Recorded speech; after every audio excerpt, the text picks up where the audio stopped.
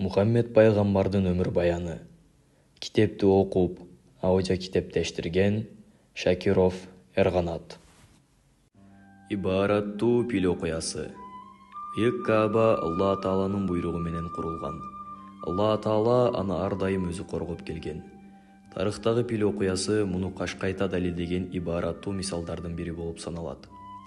Йемендин ажоосу Абраха Рим императорунун көмөгү менен санага келишкен чиркөө курдурткан эле. Тилекке каршы курулуш аяктаса да, ал ойлогондой сыйынуучулар чиркөөгө келбей коет. Көпчүлүк калк ага анчейин көңүл бурбайт. Тилеги таш капкан Абраха бул көрүнүшкө абдан кыжырланат. Ошол кезде Меккедеги Кааба өзүнүн ыйыктыгын сактаган, инсандарды өзүнө тартып турган касиеттүү сыйынуучу жай эле. Чоң үмүт менен курган чиркөөсүнө элдин келбешине кызганган акмак ажо касиеттүү Каабаны жыгууга белсинип, катуу даярданат. Азыркынын даңкасы саналган ошол доордун пилдерин кошуунун алдына тизип, карааны айбаттуу кол даярдап, жортуулга жөнөйт. Адамдардын үшүн алып, элдин багытын өзүмдүн чиркөөмө бурам деп ойлойт. Душмандыктан көзү канталаган Абраха олжого түшкөн төөлөрүн кайтарып алууга келген Абдумуталипке буркан-шаркан түшөт. Мен Каабаны талкалоо үчүн келсем, сен төөлөрүңдү ойлоп жүргөнүңө жол болсун. Абдумуталип сыпаа гана жооп узатат. Анын ээси бар. Каабаны ошол коргойт. Текебир ажо арданып кетти көрүнөт. Менин күчүмө каршы аны коргоп кала турган эч ким жок, деп кесир сүйлөйт. Ошентип жер дүңгүрөткөн көп кол Меккеге жакындайт. Чапкынга буйрук берилген кезде кошуунун алдындагы пилдер кетенчиктеп баспай коюшат. Калдайган кошуун көз ирмемде чакчелей түшөт. Какылдап кулак тундурган абабил деген канаттуулар асман бетине толуп кетет. Көк бетиндеги куштардын тырмагындагы кызыл чок өңдөнгөн майда таштар душмандардын үстүнө өндүрдөй жаай баштайт. Таш тийген жандын баары соо калбайт. Меккенин алды бир заматта додолонгон өлүккө толуп, адам менен пилдин көрүстөнүнө айланат. Кагазчалык салмагы жок чымчыктар тоодой пилдерди, айбат үрөй учураган капырларды жер менен жексен кылат. Алла Тааланын мужизасы менен душмандар жеңилген ушул жыл илгери санакта пил жылы деп болуп кала берген. Алла Таала бул окуяны Кур'ан-ы Каримде мындайча баяндайт. Пил ээлерин Раббиң эмне кылганын көрдүңбү? Алардын жаман ниеттерин текке кетирбедиби? Алардын үстүнө топ-топ болгон куштарды жөнөттү. Канаттуулар алардын үстүнө бышырылган ылайдан жасалган таштарды жаадырып жатты. Акырында аларды жеңилүүгө дуушар кылып, чайналган чөптүн жалбырагына айландырды. Фил сүрөсү 1-5 аяттар. Ыйык Кааба Алла Тааланын буйругу менен курулган жакшылык үйү болчу. Алла Таалага кулчулук кылуучу касиеттүү жай болгон. Ошол себептен ар дайым Алла аны өзү сактап келет. Ыйык Каабага каршы чыккан Абрахага берилген жаза кыяматка чейин ошондой мүдөө менен каршы чыккандарга эскербес эскертүү болуп саналат. Алланын мечиттеринде анын атынын эскерилүүсүнө тоскоолдук кылган жана ал жайлардын талкаланышы үчүн жан үрккөндөрдөн да ким залим болушу мүмкүн? Дал ошолор ал жайларга коркуу менен кириши керек. Алар үчүн тирүүлүктө турган шерменделик, ал эми акыретте чоң азап бар. Бакара сүрөсү 114 аят. Сокур намыска арданган залим Абраха өзүн ченде жок баатыр, ай аламды чапчыган күч кудуреттүү деп ойлосо керек. Ойлонуп көрсөк, кандай гана ибараттуу окуя. Чыныгы кудуреттүү Алла Таала чөлдөрдөгү арстан, жолборс же болбосо уулуу жылан өңдүү, үрөй учурган жырткыч айбандар менен эмес, абдан алсыз, кичинекей гана абабил аттуу чымчыктардын тырмагындагы буурчактан майда таштар менен анын таш чалканын чыгарган. Жараткан Алла тээ мурунку доорлордон бери фараон, Намрут жана жабут өңдүү текеберлердин баарын балким алардын 1000 эсе кичинекей жандыктар менен талкалаган. Ушунун өзү алардын абдан алсыз экендигин жана текеберчилик Кудайга жакпаган адепсиздик экендигин көзгө сайып көрсөтүп койгон. Кылкылдаган сан 1000 кол баштап чыккан текебер Абрахага натыйжада Йеменге жарадар абалда шерменде болуп жер боортоктоп араң-зорго жетет. Текеберлерди Алла Таала бул дүйнөдө эле шерменде кылаарын Абраханын окуясынан түшүнсөк болот.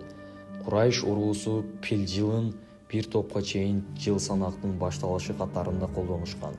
Төмөнкү риваят мунун эң соңку мисалы боло алат. Биз Азирети пайгамбар саллаллаху алейхи вассалам экөөбүз пил жылында төрөлгөнбүз деген Кубаш бин Усман бин Аффан суроо берген. Сен улуусуңбу же пайгамбарыбыз улуубу? Нур жүздүү сахаба деп сактап мындайча жооп берген. Азирети пайгамбардын менден өтө эле улуу экенинде шек жок. Ал эми төрөлүш жактан мен андан бир тоо эскимин. Мен пилдердин кыгынын жашыл болуп өңү өзгөрүп калганын көргөнмүн.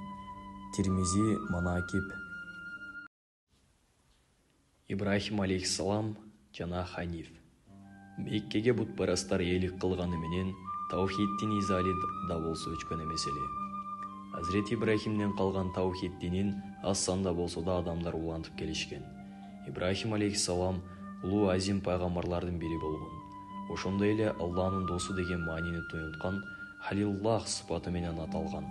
Ал көптөгөн пайгамбарлардын жана асыресе Мухаммед Мустафанын чоң бабаларынан болуп саналат. Жараткан Алла Таала ага 10 барактай вахий берген. Азирети Ибрахимдин аты Курандын 25 сүрөсүндө 69 жерде маалымдалат.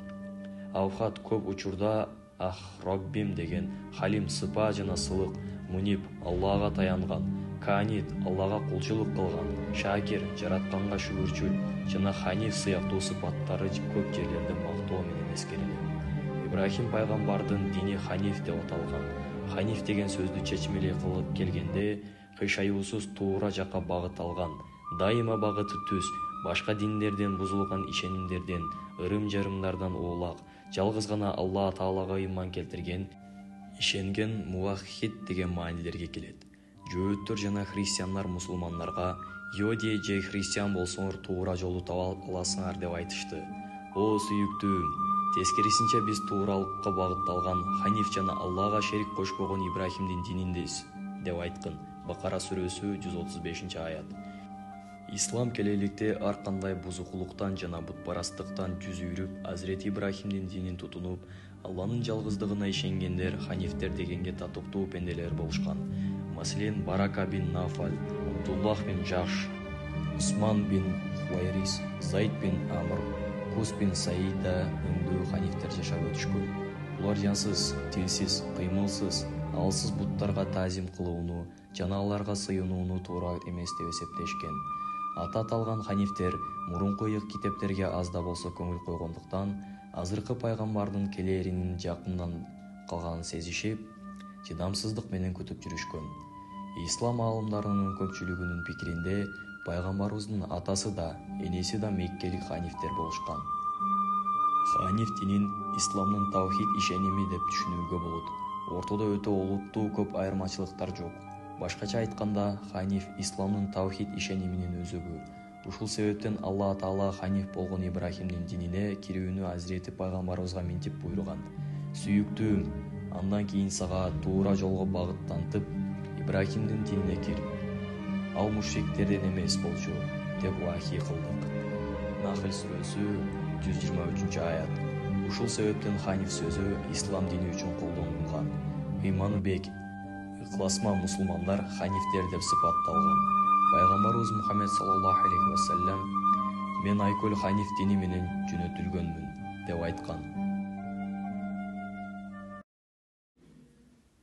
Азирети пайгамбарыбыздын төрөлүшү жана бала чагы. Азирети пайгамбарыбыздын пакиза теги. Мухаммед пайгамбарыбыз саллаллаху алейхи ва саллямдын атасынын аты Азирети Абдуллах, апасынын аты Азирети Амина болгон. Анын кутман теги Исмаил пайгамбардын уулу Кайздардан тарагандардын эң шараттуусу, эң барктуусу Аднанга чейин узарат. Азирети пайгамбарыбыздын санжырасындагы бабаларынан Аднан Исмаил пайгамбардын урпагынан болот. Аднандын уулу Маат Иса пайгамбар менен замандаш болгон деп айтылып жүрөт. Ата жагынан болсун, эне жагынан болсун, Алланын элчиси саллаллаху алейхи ва саллям Курайш уруусунун эң пакиза, эң шарапаттуу бүлөсүнөн чыккан. Таза тектүү экендигин өзү мындайча ырастаган. Мен түркөйлүк доорунун жаман жактарынан оолак жашаган ата-энеден төрөлгөнмүн. Мен тээ адам атадан өз атама чейин ак адал нике жолу менен келдим. Эч кандай зынадан пайда болгон эмесмин. Азирети Абдуллах менен Азирети Аминанын баш кошушу. Азирети Мухаммеддин төрөлүшү жакындап калганда таухид ишеними жетип, уруулар өздөрүнө таандык буттарды Каабага толтуруп салышкан эле. Замзам кудугу бүтөлүп колдонуудан чыгып калган. Күндөрдүн биринде Абдулмуталип Хижирда уктап жатып түш көрөт. Түшүндө Замзам кудугун казуу жана калыбына келтирүү буйругу берилет. Айрыкча кайсы жерди казаары да түшүндө даана көрсөтүлөт. Абдулмуталип кудукту казууга киришкен кезде Курайыштын айрым адамдары «Сыйынуучу жайыбыздын жанын эч качан каздырбайбыз» деп аны токтотууга аракет кылышат. Алар менен тирешүүгө Абдулмуталиптин күчү жетишсиз болгондуктан, эгер Кудай Таала 10 бала бере турган болсо, алар эрезеге жетип атасын коргой турган кезде бирөөсүн Каабанын жанына курмандык чалууга сөз берет. Арадан убакыттар өткөн соң Абдулмуталиптен ар кандай ажайып кереметтер байкала баштайт. Мындай ишараттарды көргөн Курайш уруусу жибип кетип, ага уруксат беришет. Абдулмуталип Замзамды казып, пайдаланууга чыгарып коет. Тилеги кабыл болуп, акырында 10 балалуу болот. Балдары эрезеге жетип, каруу күчкө толгон кезде дагы бир ажайып түш көрөт. «Убадаңды орундат» деген буйрук айтылып, нечелеген жылдар мурда Кудай Таалага берген сөзү эске салынат. Атаган курмандыгын орундатуу үчүн кезеги менен кочкор, андан соң уй соет. Ар жолкусунда дагы да чоң баш талап кылынат. Дагы да чоң эмне болот деп сураганда, «Уулдарыңдын бирин курмандыкка чалууга сөз бербедиң беле?» деген жоопту угат. Пендечилик кылып аны унутуп койгон эле. Убадасын эстер замат перзенттерин топтоп маселени ортого коет. Алла Таалага берген убадасын орундатуу үчүн балдарын моюн сунууга чакырат. Кудайдан болуп балдардын эч бири сыноодан качпайт. «Атаке, сен убадаңды орундат. Биз баарына даярбыз» дешет. Уулдарынын дилгирлигине чын дилден берген жообуна муюган ата жаратканга жалбарат. «О жараткан Кудай Таалам, мен уулдарымдын бирин сага арнап курмандыкка чалуу үчүн алардын арасына чүчү кулак таштаганы турам. Курмандыкка кайсы уулумду кааласаң, чекти ошого туш кыл». Чүчү кулак Азирети Абдуллахка чыгат. Уулун курмандыкка чалуу үчүн Каабага карай алып жөнөп калат. Бул иштин арты токтобой эркек балдарды курмандыкка чалуу салтка айланып кетишинен кабатырланган Мекке тургундары арачыга түшүп, токтотуп калууга далбас урушат. Абдулмуталипти араңдан зорго көндүрүп, маселеге жол издеп чоң аалымга алып барышат. Аалым алардан сурайт: «Силерде бир адамдын куну канча турат?» «10 төө», жоопту уккан аалым. Анда Абдуллах менен 10 төөнүн ортосуна чүчү кулак таштагыла. Эгер чүчү кулак Абдуллахка чыгып калса, дагы 10 төөнү кошкула. Качан гана төөлөргө чек чыкканга чейин ондон кошуп төөнүн санын жогорулата бергиле, деп калыс чечим чыгарат. Аалымдын айтканын дароо аткарууга киришет. 10 төө менен Абдуллахтын ортосуна ташталган алгачкы чек Абдуллахка чыгат. Калыс аалымдын кеңеши боюнча төөнүн сайын 20га чыгарышат. Ошондо да чек Абдуллахка чыгат. Улам төөнүн кошуп олтуруп, акырында 100гө жеткенде гана чүчү кулак төөлөргө чыгат. Абдулмуталип көңүлү жайлансын үчүн чүчү кулакты 3 кайталап таштайт. Үчөөндө тең чек төөлөргө чыгат. Ордунан туруп, уулунун кутулушу үчүн Кудай Таалага дуба кылат. 3 ирет кайталанган чектин төөлөргө чыкканын көргөн адамдар сүйүнүп, Алла Таалага мактоо айтышат. Абдулмуталип болсо төөлөрдү курмандыкка чалып, эттерин элге таратат. Ислам шариятында өлтүрүлгөн адамдын куну 100 төө же болбосо 100 тонн акчалай наркы же башкача түрү менен төлөнөт. Шариятыбыздагы бул чечим жогорудагы тарыхый окуяга такалат. Алланын элчиси саллаллаху алейхи вассалам чоң атасы Исмаил алейхиссалам жана өз атасы Абдуллахтын курмандык үчүн тандалганына ишарат кылып, «Мен эки курмандыктын уулумун» деп айткан. Мына ушул окуядан улам Азирети пайгамбарыбыз Ибн Забихайн эки курмандыктын баласы деп эскерилер эле. Азирети Абдуллах өзүнүн бир туугандарынын жана бүтүн Курайш жаштарынын арасында сырткы келбети жана адеп ахлактык жагынан эң сулуусу, эң мыктысы болгон. Акыл эсин, баам парасатын жана адамдык сапаттарын таразалаганда да алардан алда канча салмактуу экендигин эч ким жокко чыгара албас эле. Курайш уруусунун бойго жеткен бардык кыздары анын жары болууну көп кыялданышчу экен. Маселен, Варака бин Навфалдын карындашы Рукуя Азирети Абдуллахтын маңгайындагы нурду байкап, аны пайгамбарлыктын нышанысы деп билгендиктен, күтүлүп келген акыркы пайгамбардын энеси болууну арзуу кылганын айткан. Ошол улуу шарапатка ээ болом деген көксөөсү тобокелге түртүп, кыз башы менен үйлөнүү сунушун Абдуллахка өзү билдирген. Эгер сунушту кабыл кыла турган болсо 100 төө берерин кошумчалаган. Абдулмуталип ага Абдуллахты үйлөндүрсөм деген тилек менен Бани Зухра тобунун башчысы Вахид бин Абди Манафка куда түшүп, кызы Аминанын колун сурап берет.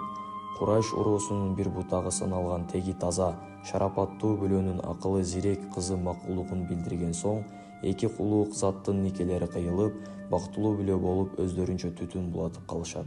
Hazreti Пайгамбарыбыздын энесиндеги атасы Вахид бин Абди Маннаф, чоң атасы Зухра, бабасы Килаб, бубасы Мурра болгон.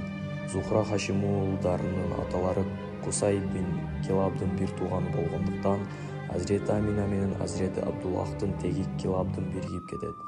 Hazreti Мухаммед саллаллаху алейхи вассалам эне курсагына түйүлдүк болуп пайда болгондон баштап, Абдуллахтын маңдайындагы нур Hazreti Аминага өткөн. Hazreti Абдуллахтын көз жумушу. Hazreti Абдуллах үйлөнгөндөн кийин үйүндө көп турбайт. Курайш соодагерлеринин кербенине кошулуп, Шамга жол тартат. Шамдан мол киреше менен кайткан Абдуллах жолдо ооруп калат. Мединага жеткенде жолдо дарманы кетип, кыйналып каларын ойлоп, сапарлаштарына кайрылат. Уруксат берсеңер, Мединадан Наджар Таекемдин балдарынын үйүндө бир аз тыныгып алууну туура көрүп турам, деп жолдошторунан уруксат алып, Таекелеринин үйүндө бир ай чамасында даарыланып калат. Таекелери канчалык кам көрүп, мүмкүнчүлүктөрүн толук жумшаганына карабай, дарта айыкпай кыршын куракта акыретке аттанып кете берет. Hazreti Абдуллах 25 жашында көз жумган. Суук кабар Hazreti Аминага угузулганда, көз жашын көл кылып каттуу кайгырат.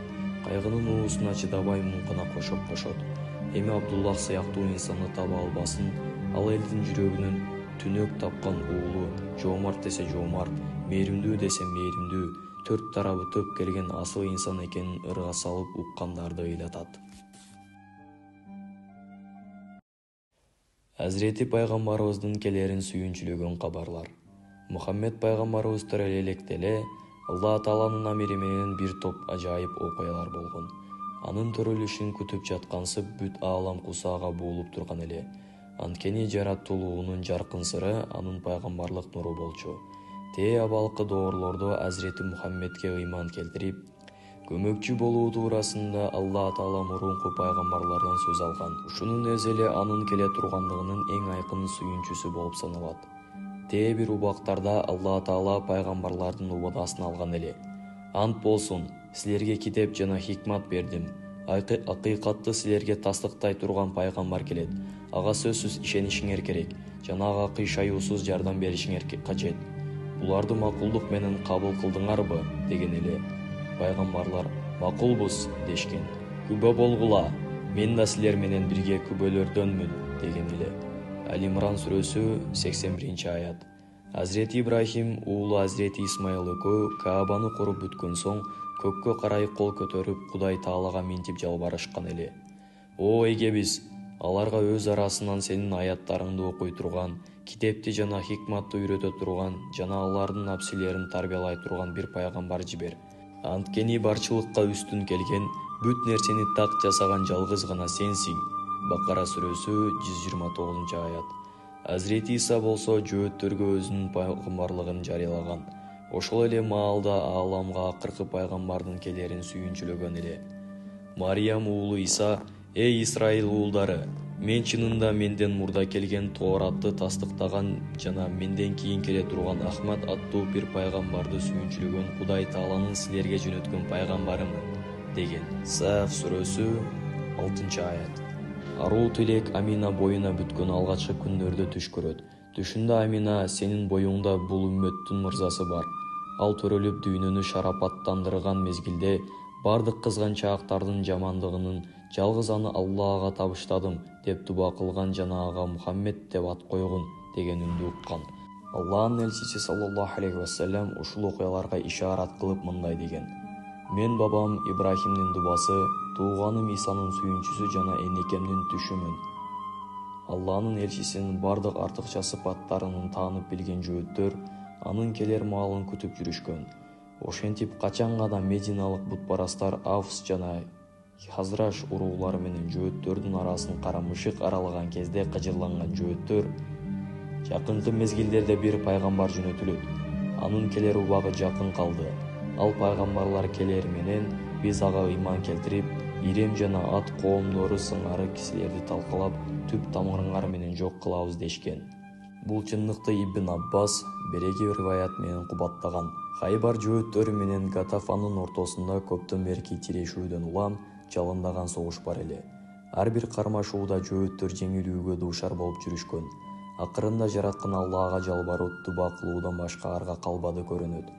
О жараткан Кудай, акыр заман болордо жөнөтөм деп убада кылган ошол сабатсыз пайгамбардын жүзү урматына ушул уруштарды бизди жеңүүчү кыла көр, деп баары жалбара мунажат кылышат. Гатафан менен боло турган кезектеги согуштун алдында ушул дубаны дагы кайталашат. Акыр заман пайгамбарынын урматына аларга көктөн жардам келип, Гатафанды жеңип алышат. Убакты сааты келип бир кездерде жүзү урматына деп суранышкан пайгамбар Мухаммед Мустафа элчи кылынып жөнөтүлгөн кезде ыйман келтирмек тургай, тескерисинче кастык тигип жүз үйрүшөт. Ушулардын баарын көрүп билип турган улуу эгебиз Алладан алардагыны Тооратты тастыктай турган китеп келгенде, алар иудейлер андан бурун капырларга каршы жеңиш суранып келишкен эле. Качан аларга билген нерсе келгенде, алар бугай ишенишпеди. Капырларга Алланын каргышы болсун деген аятты түшүрдү. Бакара сүрөсү 89-аят.